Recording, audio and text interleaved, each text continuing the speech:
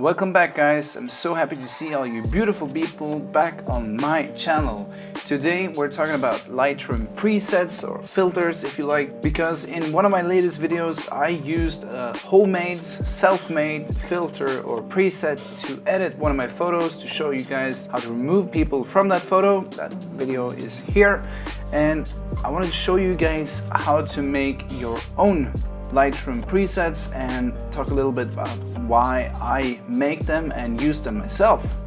So let's get into it. One of the reasons why you should use presets is because if you work for a company or you work for several different businesses, instead of editing photos for them from scratch every time you edit or shoot photos for them, you can have your own presets, and that will also be better for a brand, because when you have a brand you want to have a certain look, and if they always change between this style of editing or this style of editing, the customer or the followers of that brand are gonna not know what they get, and people often like to know what they get when they see pictures from a certain brand. So for you as a photographer, it makes it easier, and your customers or the companies you work with will probably like you for having a certain preset for each company. At least that's how I use them. I don't usually edit all my photos after my presets that I have, because I like to change it up a little bit. I like to try different stuff every time I shoot photos, and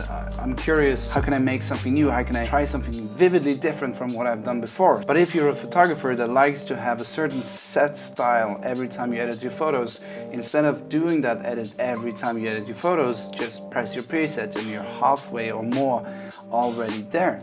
So this is how you make your own presets. If you see here, I have up in Lightroom a picture of a lamp that I took earlier this spring, and as you can see, I've done some settings here. I've done some tone curve. I haven't done any color grading. I've just done simple editing just to show you guys how easy it is to make these presets. And say I'm happy now with this picture, I go up here to where it says presets, and I press the plus sign, and then I press create preset. And as you can see, we have here the possibility to give it a name. You can take off things you don't want to save from the preset or put into the preset from this edit on this photo that you have. I'm going to show you one simple thing. If you go back here, I like to use the linear gradient, so you can use the linear gradient, and say you always do this on your photos. So you take this linear gradient and you drag it down here, and you make the top part of the photo darker, just to center the focus on the subject in the center of the frame. So you always use that filter. So this is the top dark. Let's name it top dark. But then for this picture, you also add radial gradient around your subject that you use to increase the exposure around your subject.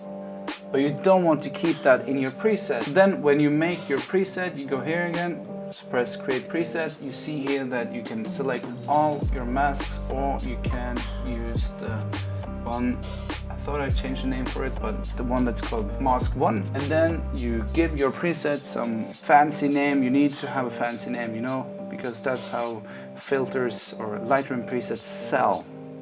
Fancy names. If I ever make a Lightroom preset pack for you guys to download or whatever, the names are going to be super fancy. Let's call this Golden Hay, and then it's done. Now you can go to your next pictures. You can press copy down here, or now you can go up to your user presets, find your Golden Hay, and as you can see, it doesn't work that well on this photo. And that's another thing you have to think of when making presets, is that they won't work perfectly for every photo, because you have different settings when taking photos. But with a little bit of adjustments here and there, it looks similar to this first one, see? And then I can go to this one, and again press this Golden Hay. And as you can see, it didn't work straight away, but when I do this, it works. So that's how easy it is to make your own presets. As you can see, I have a lot of presets that I've made my own down here, and I recommend that you just try out a ton of different ways of editing. Save those edits as presets, try them on different pictures, see how they work, how different lighting conditions require different types of editing, because every preset is not going to work for every picture. But that's it for this one, guys. I hope you learned something new and that you go out and try to make your own Lightroom presets. If you do, please tag me and tell me the fancy name you put on that preset, because they need to be fancy, you know? That's just how it is. If you want me to make a video about anything else related to Lightroom, Premiere Pro, Photoshop or whatever, please let me know in the comments below. But that's it for this one, guys. Thank you so much for watching yet another video. I'm so happy that you stuck around to the end. If you haven't already subscribed to my channel, please consider just gently smashing the shit out of that subscribe button and kicking that bell to pieces. That way you'll get notified next time I make a video, and I hope to see you guys there. Bye.